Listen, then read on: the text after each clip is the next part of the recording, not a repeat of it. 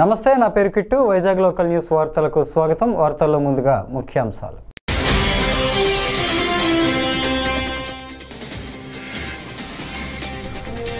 ఢిల్లీలో కేంద్ర మంత్రులతో ఏపీ సీఎం చంద్రబాబు. ఏపీ సమగ్ర అభివృద్ధిపై కేంద్ర మంత్రులతో చర్చ.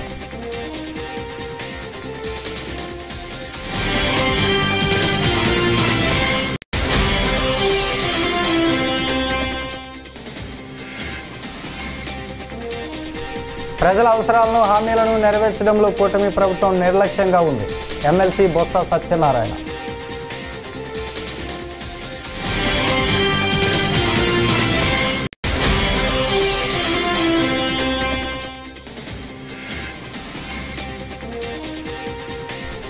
జూన్ 1 నుంచి థియేటర్ల బంద్ లేదు ప్రకటించిన ఫిల్మ్ ఛాంబర్.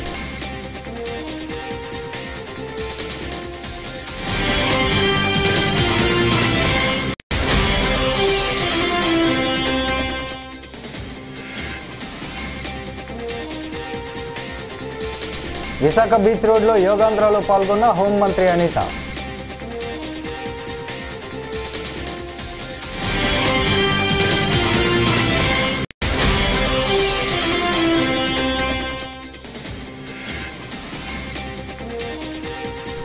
సినీ పరిశ్రమ అభివృద్ధికి కూటమి కట్టుబడి ఉంది. రాష్ట్ర పర్యాటక సినిమాటోగ్రఫీ శాఖ మంత్రి కందుల దుర్గేష్.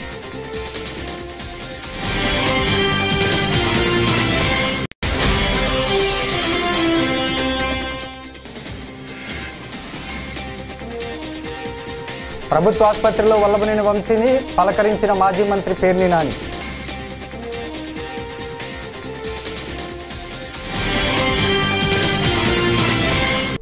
ఇక డీటెయిల్స్ చూస్తే, ఏపీ ముఖ్యమంత్రి చంద్రబాబు ఢిల్లీలో కేంద్ర మంత్రులతో కీలక సమావేశం అనంతరం మీడియాకు వివరాలు తెలిపారు.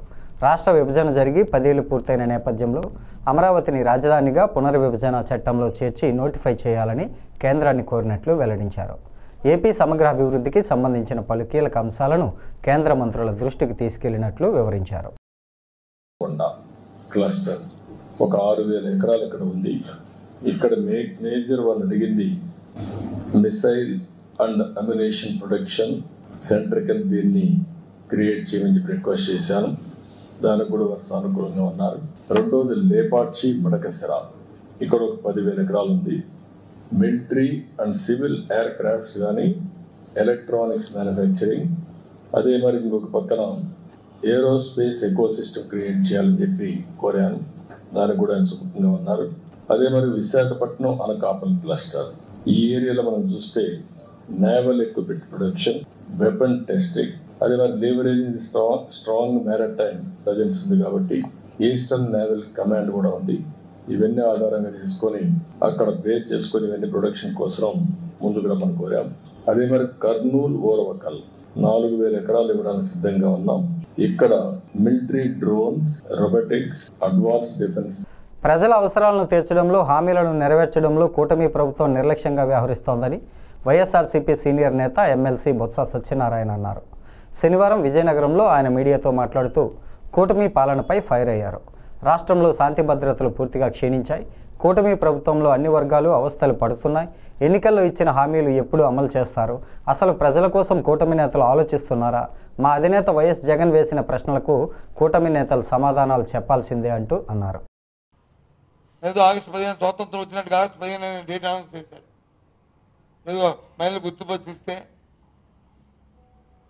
ఆ దినం నాడు ఓకే చేస్తారో చేరు చూద్దాం, చేయమని కోరుతున్నాం. చేయాలనే మా తాలూకు డిమాండ్. దాని విధిగా ఏంటి? మా విజయనగరం నుంచి విశాఖపట్నం వరకు ఇస్తారా? విజయనగరం నుంచి తిరుపతి వరకు ఇస్తారా? లేదా విజయనగరం నుంచి హైదరాబాద్ వరకు ఇస్తారా? ఎక్కడి వరకు ఇస్తారు? విధానాలు చెప్పాలని కోరుతుంది, డిమాండ్ చేస్తున్నాం.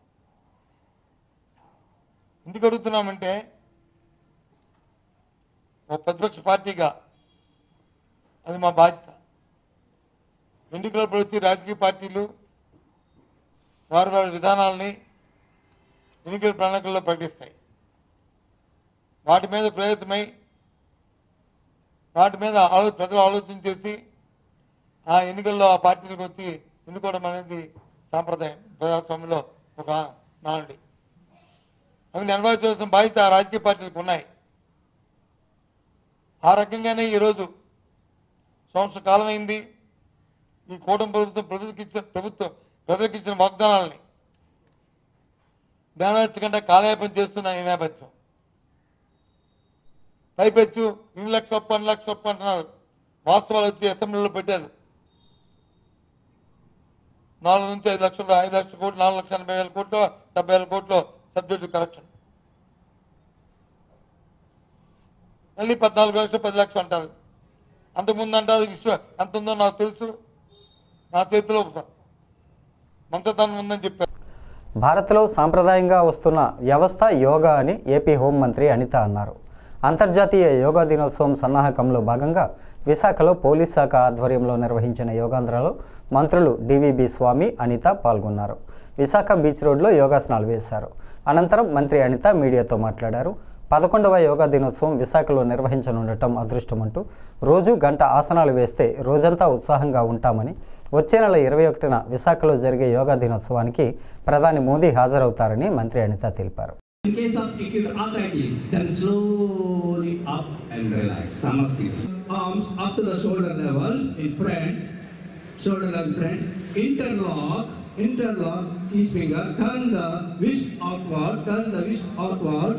Now inhale, raise the arm up. Then raise the heel of the floor. You have to balance that. Wonderful. This is improve your neuromuscular coordination, balance, endurance, and concentration. That is wonderful techniques. Better to do it. Okay. Release, slowly release. Very nice. Oh, wonderful. Then other side also. Say, come on, slowly release and relax. What a wonderful technique. Samastiti. Okay. Padasasana. This is the pad on your abdomen. Padasasana. Let's start. Okay, stand same. Inhale. 11వ ప్రపంచ యోగా దినోత్సవానికి విశాఖ వేదిక కానుంది అంటే నిజంగా విశాఖ వాసులుగా మనందరం కూడా ఒక అదృష్టవంతులనే చెప్పుకోవాలి. ఎందుకంటే ఏదో అంటారు కదా, సినిమా రిలీజ్ అయ్యే ముందు టీజర్ ఎంత బాగుంటే సినిమా ఎంత బాగుంటుందో అనుకుంటాం. అదేవిధంగా ఈరోజు మా పోలీస్ వ్యవస్థ, అదేవిధంగా నేషనల్ నేవల్ కమాండెంట్ నేవీ, అదేవిధంగా గ్రేహౌండ్స్ వాళ్ళు, battalions, city police, Anakapalli police and Vizianagaram police, రాష్ట్ర వ్యాప్తంగా ఉన్న పోలీస్ డిపార్ట్మెంట్లో అందరూ కూడా ఈరోజు యోగాని ప్రమోట్ చేయడానికి, అంతర్జాతీయ యోగా దినోత్సవం సందర్భంగా అందరం కూడా యోగాలో మేము పాలు పంచుకుంటున్నామని చెప్పడానికి ఒక మంచి ఈవెంట్ని ఈరోజు ఈ విశాఖ సముద్ర తీరం వేదికగా ఏర్పాటు చేసినందుకు ప్రత్యేకంగా కలెక్టర్ గారికి ధన్యవాదాలు, నమస్కారాలు తెలియజేసుకుంటూ, ఈ కార్యక్రమాన్ని నిర్వహించిన మా డిఐజీ గారికి కూడా ప్రత్యేకంగా ధన్యవాదాలు తెలియజేసుకుంటూ, మా సిటీ పోలీస్కి, అదేవిధంగా ఈ కార్యక్రమానికి నాతో పాటు ముఖ్య అతిథులుగా విచ్చేసిన పెద్దలు గౌరవనీయులు ఇన్ఛార్జ్ మంత్రివర్యులు బాల వీరాంజనేయ స్వామి గారికి, అదేవిధంగా ఎమ్మెల్యేలు గణబాబు గారికి, విష్ణుకుమార్ రాజు గారికి, ఎమ్మెల్సీ చిరంజీవి గారికి, అదేవిధంగా పెద్దలందరికీ కూడా పేరు పేరున ఎక్స్ఎమ్మెల్సీ దువర్ రామారావు గారికి, గండి బాబ్జీ గారికి, జేసీ గారికి, అందరికీ కూడా పేరు పేరున ధన్యవాదాలు, నమస్కారాలు తెలియజేసుకుంటూ, ఈరోజు యోగాని ప్రమోట్ చేయడానికి ఇక్కడికి వచ్చిన థియేటర్లు మూసివేత విషయంపై ప్రభుత్వ పెద్దలు ఎందుకు దృష్టి పెట్టడం లేదంటూ మాజీ మంత్రి చెల్లిబోయిన వేణుగోపాలకృష్ణ ప్రశ్నించారు. శనివారం ఆయన మీడియా సమావేశంలో మాట్లాడుతూ, వినోదం పేరిట పేదవారికి నష్టం వాటిల్లే పరిస్థితి ఉందని, ప్రభుత్వం ఎగ్జిబిటర్ల స్వేచ్ఛ హరించే ప్రయత్నం చేయకూడదు, ప్రభుత్వం సమస్యను సరిదిద్దలేక నెపాన్ని ఎదుటివారిపై నెడుతోంది, అసలు సినిమా వ్యక్తులు ప్రభుత్వం వద్దకు ఎందుకు వెళ్లాలంటూ గతంలో పవన్ కళ్యాణ్ ప్రశ్నించారు కదా అంటూ వేణు గుర్తు చేశారు. పవన్ కళ్యాణ్ గారు భారతీయ జనతా పార్టీ నాయకుడు అధికారంలోకి రావడానికి అనేకమైనటువంటి సత్యదూరమైన వాస్తవాలు కానీ నాటి ప్రభుత్వ పాలకుడైనటువంటి జగన్మోహన్ రెడ్డి గారి మీద ప్రతినిత్యం ఒక అబద్ధాన్ని వండి వార్చారు. దానికి వారు తోడుగా 2 పత్రికలు, ఒక ఈనాడు, ఒక ఆంధ్రజ్యోతి, 3 టీవీ ఛానళ్ళు, ఏబిఎన్, టీవీ5, ఈటీవీతో పాటు ఇంకొన్ని ఛానళ్ళను తీసుకుని రోజు ప్రజలకి ఒక అబద్ధాన్ని చేరవేయడానికి చాలా ప్రయాసపడ్డారు. అబద్ధాన్ని చేరవేశారు. అబద్ధాన్ని చేరవేయడం ద్వారా లబ్ధి పొందారు, అధికారంలోకి వచ్చారు. నేను ముందుగానే చెప్పాను, పాలకుడు జవాబుదారీతనంతో ఉండాలని, ప్రజలకు ఒక మాట చెప్పిన తర్వాత ఖచ్చితంగా ప్రజలకు ఇచ్చిన మాటను అమలు చేయాలని. ఈ దేశంలో గతంలో ఉన్నటువంటి వరవడి కానీ సాంప్రదాయం కానీ ఆదర్శగా పాలకులు రాజకీయ నాయకులు వచ్చారని ఈ దేశ ప్రజలు భావించారు. అలాగే గడిచిన ప్రభుత్వంలో జగన్మోహన్ రెడ్డి గారు నవరత్నాలు అనేటువంటి 9 హామీలు ఇచ్చి ప్రజలకు ఇచ్చినటువంటి నవరత్నాల అమలులో ఈ రాష్ట్ర ఆదాయం గణనీయంగా పడిపోయినా కోవిడ్ వచ్చింది. కోవిడ్ వచ్చినప్పుడు అందరికీ కూడా అంధకారం, ప్రజలు ఎలా బ్రతకాలో తెలియని భయం. విజయవాడ నగరంలో బాంబు కలకలం రేగింది. బీసెంట్ రోడ్లోని కంట్రోల్ రూమ్కు బాంబు బెదిరింపు కాల్ వచ్చింది. గుర్తు తెలియని వ్యక్తి ఫోన్ చేసి బాంబు ఉన్నట్లు బెదిరించాడు. దీంతో వెంటనే పోలీసులు అప్రమత్తమయ్యారు. పోలీసులు బాంబు స్క్వాడ్ బీసెంట్ రోడ్లో ముమ్మరంగా తనిఖీలు చేపట్టారు. బీసెంట్ రోడ్లోని షాపులు, తోపుడు బండ్లను బాంబు స్క్వాడ్ తనిఖీలు చేసింది. అయితే ఎక్కడా బాంబు ఆనవాళ్లు లేకపోవడంతో ప్రజలు, అధికారులు ఊపిరి పీల్చుకున్నారు. ఎలాంటి బాంబు లేకపోవడంతో నేటి మధ్యాహ్నం నుంచి యథావిధిగా బీసెంట్ రోడ్లో వ్యాపారాలకు అనుమతించారు పోలీసులు. అలాగే కంట్రోల్ రూమ్కు వచ్చిన ఫోన్ కాల్పై పోలీసులు దర్యాప్తు చేస్తున్నారు. ఉదయం ఒక మొబైల్ నంబర్ నుంచి బాంబ్ థ్రెట్ కాల్ రావడం, ఆ థ్రెట్ కాల్లో ఏం చెప్పారంటే పాకిస్తాన్లో లాహోర్ నుంచి ఫోన్ చేస్తున్నాను, విజయవాడలో బాంబు పెట్టడం జరిగింది అని పోలీస్ కంట్రోల్ రూమ్కి ఫోన్ వచ్చింది. ఆ ఫోన్ వచ్చిన తర్వాత మేమందరం local police, GRP, RPF officials అంతా అలర్ట్ అయ్యి రైల్వే స్టేషన్ విజయవాడలో తనిఖీలు చేపట్టడం జరిగింది. దీనికి bomb disposal squad, dog squad, GRP, local police, మా ఆర్పీఎఫ్ సిబ్బంది అందరం కలిసి విజయవాడ రైల్వే స్టేషన్లోని అన్ని ప్లాట్ఫామ్లు తరోగా చెక్ చేయడం జరిగింది. అయితే మనకు ఎటువంటి అనుమానాస్పదమైనటువంటి పదార్థాలు దొరకలేదు. ఈ టైంలో ఎల్టీటీ విశాఖపట్నం ట్రైన్ రావడం జరిగింది. ఈ మొబైల్ ఆర్ఆర్పేటలో లొకేట్ అయింది. సో ఆ టైంలో ఎల్టీటీ విశాఖపట్నం ట్రైన్ అక్కడ ఉండటం వల్ల ఒకవేళ దానిలో ఏమన్నా ఉంటుందేమని చెప్పి దాని దువాళ్ళ కూడా ఆ ట్రైన్ చెక్ చేయించడం జరిగింది. అక్కడ కూడా ఏమీ ఎటువంటి అనుమానాస్పద పదార్థాలు దొరకలేదు. ఇప్పుడు ఆ ట్రైన్ విశాఖపట్నం చేరబోతుంది. మేము విశాఖపట్నం జీఆర్పీ, ఆర్పీఎఫ్, లోకల్ పోలీసుకు కూడా ఇన్ఫర్మేషన్ ఇవ్వడం జరిగింది. ఆ ట్రైన్ విశాఖపట్నంలో కూడా తరోగా చెక్ చేయడం జరుగుతుంది. ప్రయాణికులు ఎటువంటి భయపడాల్సిన పని లేదని చెప్పి ఇందుమూలంగా తెలియజేయడం. చిత్ర పరిశ్రమకు ఎగ్జిబిటర్లకు, డిస్ట్రిబ్యూటర్లకు, ప్రొడ్యూసర్లకు ఉపయోగపడే విధంగా నిర్ణయాలు తీసుకునేందుకే హోంశాఖ ముఖ్య కార్యదర్శి నేతృత్వంలో విచారణ చేపడుతున్నామని మంత్రి కందుల దుర్గేష్ స్పష్టం చేశారు. ఎవరికీ నష్టం జరగకుండా అన్ని చర్యలు చేపట్టాలనేదే కూటమి ధ్యేయమన్నారు. శనివారం రాజమహేంద్రవరం రూరల్ హుకుంపేటలో ఉన్న తన క్యాంపు కార్యాలయంలో నిర్వహించిన మీడియా సమావేశంలో మంత్రి దుర్గేష్ మాట్లాడారు. ఈ సందర్భంగా సినీ పరిశ్రమకు కూటమి ప్రభుత్వం అందిస్తున్న సహకారాన్ని వివరించారు. సినీ పరిశ్రమకు పూర్తి సహకారం అందించే ఉద్దేశంతో కూటమి ప్రభుత్వం పనిచేస్తుందని తెలిపారు.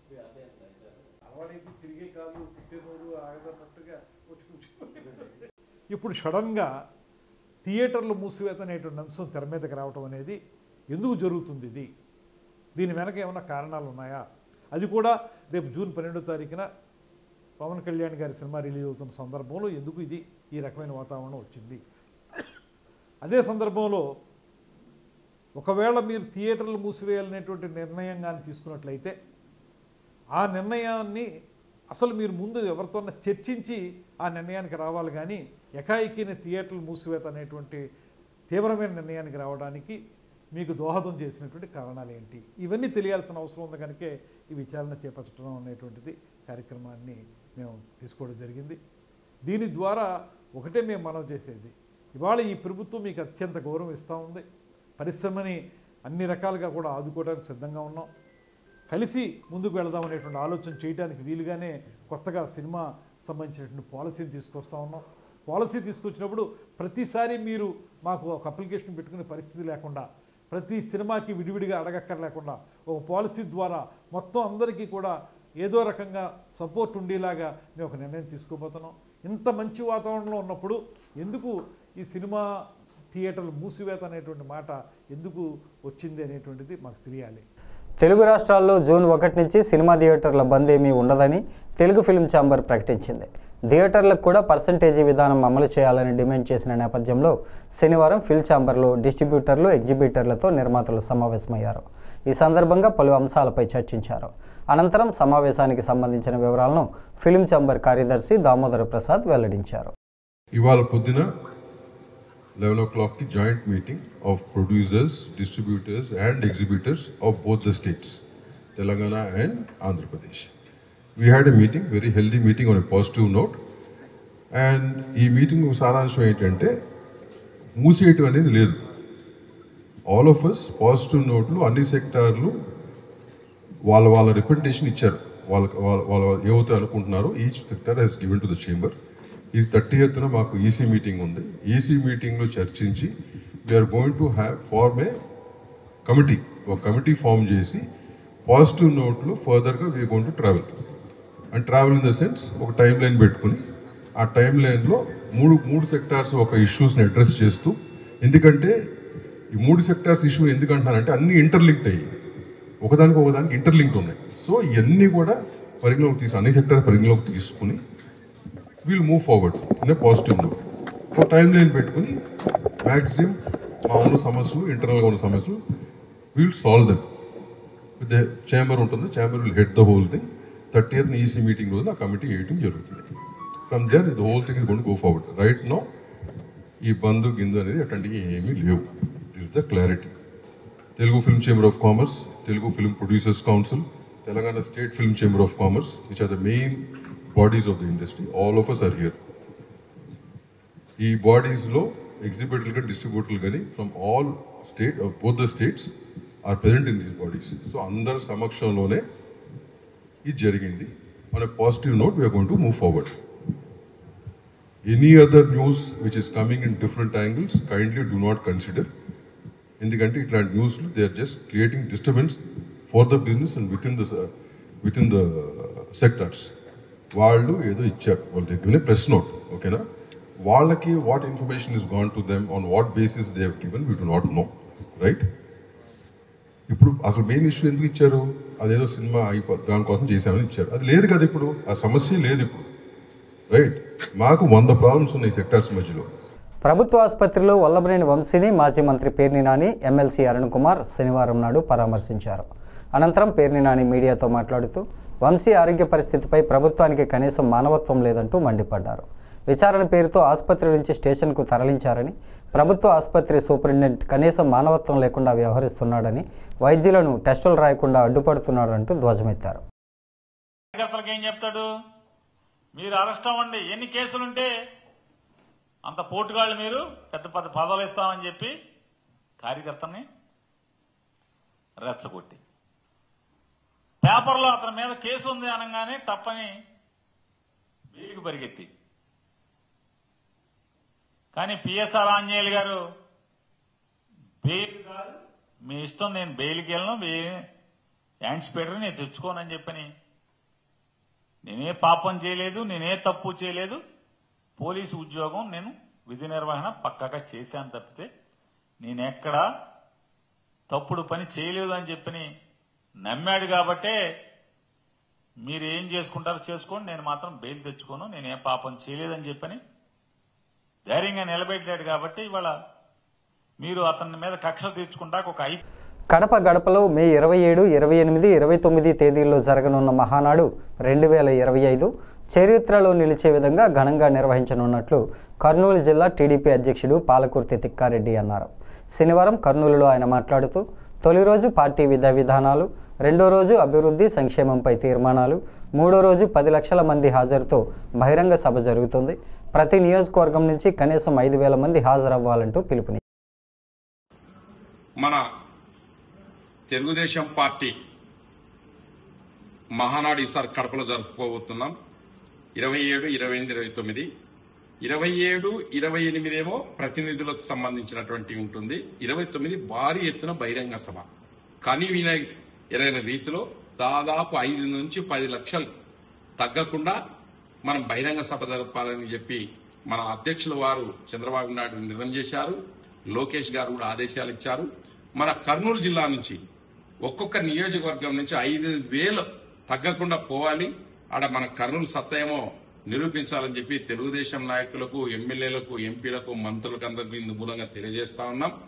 అలాగే మన కర్నూలు జిల్లాలో జరిగినటువంటి మినీ మహానాడులు గాని, జిల్లా మహానాడులు గాని అందరూ విజయవంతం చేశారు. అందుకు సహకరించినటువంటి కార్యకర్తలు, నాయకులు, ఎమ్మెల్యేలు, ఎంపీలు అందరికి కూడా ప్రత్యేక ధన్యవాదాలు. అలాగే ప్రెస్ సోదరులకు కూడా ప్రత్యేక ధన్యవాదాలు. ఈ మహానాడు పెద్ద ఎత్తున జరుగుతా ఉంది. ఎవరో కొంతమంది కావాల్సి కూడా పుకార్లు గుట్టించినారు. కరోనా ఉంది, అది ఉంది, క్యాన్సర్, అవన్నీ ఏం లేదు. ఖచ్చితంగా మహానాడు ఉంది. కడపలో జరపబోతున్నాం. కానీ విని ఎదుగుతున్న రీతిలో బ్రహ్మాండమైన, అంటే జగన్ ఎప్పుడో నాది కోట అనుకుంటా, కోట ఎప్పుడో మన ఎన్నికల్లోనే ప్రజలు బద్దలు కొట్టారు. మళ్లీ ఈ బహిరంగ సభతో మనం ముందుకెళ్లాలని చెప్పేసి మహానాడులో నిర్ణయించాం. Thank you. కల్లూరు అర్బన్ పరిధిలోని 33వ వార్డులో సిపిఎం కార్యకర్తలు స్మార్ట్ మీటర్లను వ్యతిరేకిస్తూ ఇంటింటికి స్టిక్కర్లు అతికించారు. శనివారం సిపిఎం పార్టీ నగర కార్యదర్శి వర్గ సభ్యులు సుధాకరప్ప, యేసు, శ్రీనివాసులు మాట్లాడుతూ గత వైసీపీ ప్రభుత్వం కరెంటు ఛార్జీలు పెంచి భారం పెంచిందని, స్మార్ట్ మీటర్ల వల్ల భవిష్యత్తులో బిల్లులు భారీగా రావచ్చునని ఆవేదన వ్యక్తం చేస్తున్నారు. రాష్ట్రంలో ఉద్యమం చేపట్టనున్నట్లు హెచ్చరిస్తున్నారు. రాష్ట్ర వ్యాప్తంగా సిపిఎం పార్టీ ఆధ్వర్యంలో స్మార్ట్ మీటర్లు మాకొద్దు, కరెంటు ఛార్జీలు తగ్గించాలి, టోల్ ఛార్జీలు రద్దు చేయాలని చెప్పి సిపిఎం పార్టీ ఆధ్వర్యంలో ఈరోజు కల్లూరు గ్రామంలో స్మార్ట్ మీటర్లు వద్దని చెప్పి ప్రతి ఇంటికి స్టిక్కర్లు కనిపించడం జరుగుతుంది. ఎందుకంటే ఈ స్టిక్కర్లు వేయడం వల్ల స్మార్ట్ మీటర్లు పెట్టొద్దు, మా ఇంటికి వద్దని చెప్పి మేము తెలియజేస్తున్నాం. ఎందుకంటే ఈరోజు స్మార్ట్ మీటర్లు పెట్టడం వల్ల కరెంటు ఛార్జీలు విపరీతంగా పెరుగుతున్నాయి. ఎందుకంటే ఉదాహరణకు మన షాపులకు కానీ, కార్యాలయాలకు కానీ పెట్టారు. కానీ మన కార్యకర్త ఇంటికి నెలకు 3,000 వచ్చే బిల్లు 30,000 రూపాయలు వచ్చింది. అట్లాగే ఈరోజు స్మార్ట్ మీటర్లు పెట్టడం వల్ల రాబోయే కాలంలో ఇది మన మామూలుగా చిప్పు వస్తుంది. ఆ చిప్పు వస్తే అది ఎప్పుడు కరెంటు పోతుందో తెలియదు. ముందుగానే మనం రీఛార్జ్ చేయించుకోవాలా. కాబట్టి ఇట్లా ప్రజలకు ఇబ్బందికరంగా ఉంటుంది. అందుకోసం ఏదైతే పాత మీటర్లు ఉన్నాయో ఆ పాత మీటర్లే మాకు కావాలా, ఈ కొత్త మీటర్లు స్మార్ట్ మీటర్లు వద్దు అని చెప్పి మేము ఈరోజు డిమాండ్ చేస్తున్నాం. ఈరోజు ఆదానితో కుదుర్చుకున్న ఒప్పందం ప్రకారం ఏదైతే చంద్రబాబు నాయుడు చెప్పినాడో, ఎన్నికల ముందు చెప్పినాడో, నేను స్మార్ట్ మీటర్లు పెట్టాను, కరెంటు ఛార్జీలు పెంచానని చెప్పి వాగ్దానం చేసి ఈరోజు అధికారంలోకి వచ్చిన తర్వాత స్మార్ట్ మీటర్లు పెడుతున్నాడు, టోల్ ఛార్జీలు పెంచుతున్నాడు, కరెంటు ఛార్జీలు పెంచుతున్నాడు. దీన్ని సిపిఎం పార్టీ వ్యతిరేకిస్తుంది. కాబట్టి వెంటనే టోల్ ఛార్జీలు తగ్గించాలా, కరెంటు ఛార్జీలు తగ్గించాలా, స్మార్ట్ మీటర్లు పెట్టే విధానాన్ని మానుకోవాలని చెప్పి మేము సిపిఎం పార్టీగా డిమాండ్ చేస్తున్నాం. నంద్యాల జిల్లా ఎస్పీ ఆదిరాజ్ సింగ్ రాణా ఆదేశాల మేరకు ఆళ్లగడ్డ సబ్ డివిజన్లో క్రికెట్ బెట్టింగ్ నిర్వహిస్తున్న వారిపై నిఘా ఏర్పాటు చేశారు. ఈ సందర్భంగా చాగలమర్రి టౌన్లో ఐపీఎల్ క్రికెట్ బెట్టింగ్ను నిర్వహిస్తున్న 5గురిని అరెస్టు చేసి వారి వద్ద నుంచి 2,06,000 రూపాయలు నగదు స్వాధీనం చేసుకున్నట్లు ఆళ్లగడ్డ డీఎస్పీ ప్రమోద్ తెలిపారు. క్రికెట్ బెట్టింగ్ నిర్వహిస్తే కఠిన చర్యలు తప్పవని శనివారం నాడు ఆయన అన్నారు. నమస్కారం. నంద్యాల జిల్లా ఎస్పీ శ్రీ ఆదిరాజ్ సింగ్ రాణా గారి ఆదేశాల మేరకు మనం ఆళ్లగడ్డ సబ్ డివిజన్ పరిధిలో ఎవరైతే ఈ క్రికెట్ బెట్టింగ్ కండక్ట్ చేస్తున్నారో వీళ్ళందరిపైన ప్రత్యేక నిఘా పెట్టి రైడ్స్ కండక్ట్ చేయడం జరుగుతుంది. ఇందులో భాగంగా ఈరోజు మనకి Royal Challengers Bengaluru versus Sunrisers Hyderabad match జరుగుతున్న నేపథ్యంలో ఈ చాగల్మరి దగ్గర ఉన్న మల్లెవేముల వెళ్లే దారిలో పక్కనున్న ఫ్లైఓవర్ దగ్గర క్రికెట్ బెట్టింగ్ ఆడుతున్నారని పక్కా ఇన్ఫర్మేషన్తో ఈరోజు ఆళ్లగడ్డ రూరల్ పోలీస్ రైడ్ చేసి ఒక 5గురిని పట్టుకోవడం జరిగింది. లైవ్లో వాళ్ళ దగ్గర నుంచి ఒక 2,06,000 క్యాష్ మరియు ఒక 4 మొబైల్స్ మనం సీజ్ చేశాము. వీళ్ళందరిపైన మనం క్రికెట్ బెట్టింగ్ ఆడినందుకు కేసు పెట్టి వీళ్ళందరినీ ఈరోజు అరెస్ట్ చేయడం జరుగుతుంది. అలాగే నంద్యాల జిల్లా పోలీస్ తరఫున మేము తెలియజేసేది ఏమంటే ఎవరైతే ఈ క్రికెట్ బెట్టింగ్ కండక్ట్ చేసే వాళ్ళు, క్రికెట్ బెట్టింగ్ ఆడే వాళ్ళకి ఇట్స్ రియల్లీ స్ట్రిక్ట్ వార్నింగ్. మీరు ఫిజికల్గా ఆడిన, యాప్స్లో ఆడిన, వెబ్సైట్స్లో ఆడిన, ఐపీ అడ్రస్ను మాస్క్ చేసినా కానీ మేము పట్టుకుంటాము. We have that technology. So Nandyal జిల్లా పోలీస్ నుంచి it's an appeal for youth and everyone, stay away from this cricket betting and stay away from gambling. Thank you. ప్రతి ఒక్కరూ పరిసరాల పరిశుభ్రత సహకరించాలని యలమంచిలి ఎమ్మెల్యే సుందరపు విజయకుమార్ విజ్ఞప్తి చేశారు. అచ్యుతాపురం ఏపీఐఐసి కార్యాలయం వద్ద శనివారం మెగా క్లీనింగ్ డ్రైవ్ కార్యక్రమాన్ని ప్రారంభించారు. కలెక్టర్ విజయకృష్ణన్ ముఖ్య అతిథిగా పాల్గొన్న ఈ కార్యక్రమంలో ముందుగా అందరితో ప్రతిజ్ఞ చేయించారు. అనంతరం మాట్లాడుతూ లారెస్ కంపెనీ సహకారంతో ఈ కార్యక్రమాన్ని చేపడుతున్నామని అన్నారు. అందరికీ కూడా మరి ధన్యవాదాలు తెలియజేస్తున్నాం. ముఖ్యంగా ఇక్కడికి వచ్చిన వాళ్ళందరికీ నా ఒక్క రిక్వెస్ట్ ఏంటంటే, దయచేసి మీరు వెహికల్స్ లోంచి వెళ్తున్నప్పుడు బయటకి చెత్త పారేయద్దండి. వాటిని మెయింటైన్ చేయడం, వాటిని తీయడం చాలా కష్టం. ఇంట్ల దగ్గర నుంచి చెత్త కలెక్ట్ చేయడం చాలా ఈజీ, అక్కడ మేనేజ్మెంట్ చేయడం కూడా చాలా ఈజీ. దయచేసి లారస్ కంపెనీ నుంచే ఈ ఇనిషియేషన్ స్టార్ట్ అయింది కాబట్టి ప్రత్యేకంగా సత్యనారాయణ గారికి ధన్యవాదాలు తెలియజేస్తున్నాం. ఎందుకంటున్నానంటే, ఒక సంస్థ నుంచి స్టార్ట్ అవ్వాలి. ఇక్కడ అనేకమైన వందలాది బస్సులు ఉన్నాయి. బస్సుల్లోంచి కానీ కారుల్లోంచి కానీ తినేసిన తాగిన డ్రింక్ బాటిల్స్ ఇవన్నీ కూడా బయట పారేస్తున్నారు. వాటిని ఈరోజు క్లీన్ చేద్దామని ఆయన మాకు చెప్పడం, నాకు కానీ నరసింహరావు గారు కానీ చెప్పడం, మేము ఇది స్టార్ట్ చేసాం. అది కూడా వాస్తవానికి చాలా కష్టమైన పని అయినా కూడా స్టార్ట్ చేసాం. ఈరోజు ఎక్కడా జరగనట్టు ఒక 30 కిలోమీటర్ స్ట్రెచ్ తీసుకున్నాం. ఇది నార్మల్ విషయం కాదు. 30 కిలోమీటర్ స్ట్రెచ్ స్టీల్ ప్లాంట్ దగ్గర నుంచి యలమంచిలి వరకు తీసుకున్నాం. ఇందులో మాకు ఎంఎస్ఎంఈ ట్రైనింగ్ సెంటర్ నుంచి కూడా 300 మంది పిల్లలు వచ్చారు. అలాగే లారస్ నుంచి కూడా మొత్తం ఎంప్లాయీస్ అందరూ వచ్చారు. అలాగే కూటమి నుంచి కూడా ప్రతి కోడల్లో కూడా ఇప్పుడు ఆల్రెడీ ఉన్నారు. అక్కడ మిమ్మల్ని అందరినీ అక్కడికి ఎక్కడికక్కడ మరి ఇప్పుడు పంపిస్తాం. మేము కూడా అచ్యుతాపురంలో స్టార్ట్ చేసి ప్రతి కోడలకి కూడా రావడం జరుగుతూ ఉంది.